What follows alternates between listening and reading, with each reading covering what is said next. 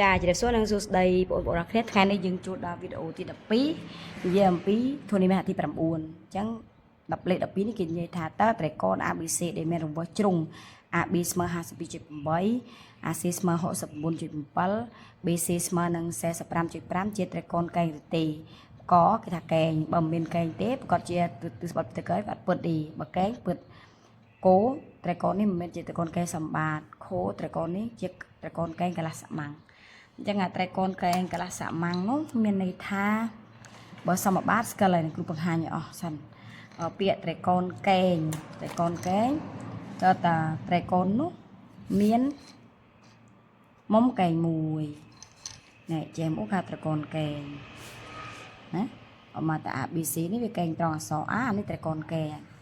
មិនមែនជាត្រេកនកែងមានតែត្រេកនសាមញ្ញទេណាគូរូបត្រេកនដែលវាអត់មានមុំកែងមួយចេះចេះមកត្រេកនកែង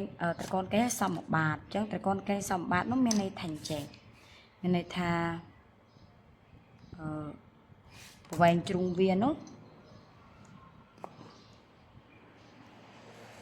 យើងភ្ជាប់ឲ្យស្មើគ្នាហើយ90ដឺក្រេមួយវិញស្មើវិញមកហើយយើងធ្វើឲ្យបានកែង90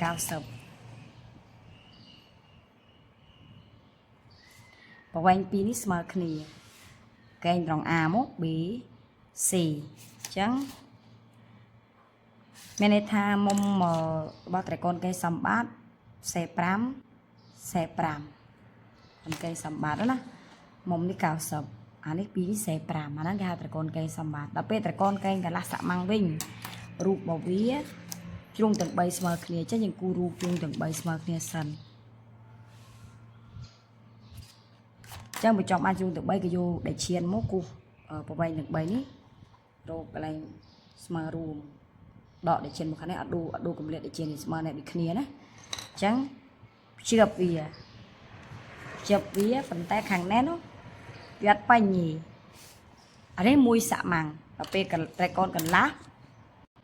ពុះជា2ចេះមានន័យថាមួយមិន60អញ្ចឹងពុះជា2នៅតែមកខាងនេះតែ30ទេហើយខាងនេះ90ហើយខាងនេះ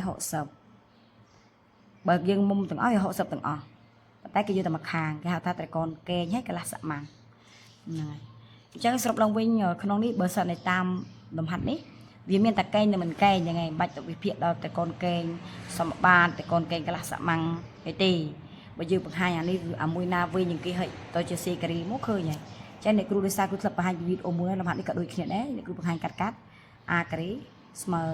សេការីស្មើអាការីបូកបេការីអញ្ចឹងប្រវែងដែលវិញជាងគេនៅនេះមាន AC ហ្នឹងហើយវិញជាងគេយក AC លេខជាការ៉េស្មើនឹង AB ការ៉េបូកជាមួយនឹង BC ការ៉េយើងជួលេខមក AC 69.7លេខជាការ៉េ AB ស្មើនឹង52.8លេខជាការ៉េ BC ស្មើនឹង45.5លេខជាការ៉េហើយលំហាត់នេះគឺធ្លាប់គុណពលាតឲ្យមើលនឹងដៃទៀតប៉ុន្តែដោយសារតែថ្ងៃនេះយើងបាន2ដងហើយបាច់គុណពលាតដៃនេះប្រើម៉ាស៊ីនគិតលេខបដ វាលឿនអញ្ចឹង69.7 គុណនឹង 69.7 នេះចម្លើយវាឃើញ48 58.09យើងដាក់ចូលមកអញ្ចឹងយើងបាន48 58.09 52.8យើងដាក់មក52.8 គុណនឹង 52.8 ស្មើ 27.87.84 87.84 បូកជាមួយនឹង 45.5 គុណនឹង 45.5 20.70.5 ចេះយកពីនេះបូកចូលគ្នាមកឃើញដូចដើមត្រូវហ្នឹងបូកណាបូកជាមួយនឹង27.87.84 ណែផ្ទៀងមកចម្លើយវា48 58.09ពិតបាត់អញ្ចឹងយើងបាន48 58.09ស្មើ48 58.09ពិត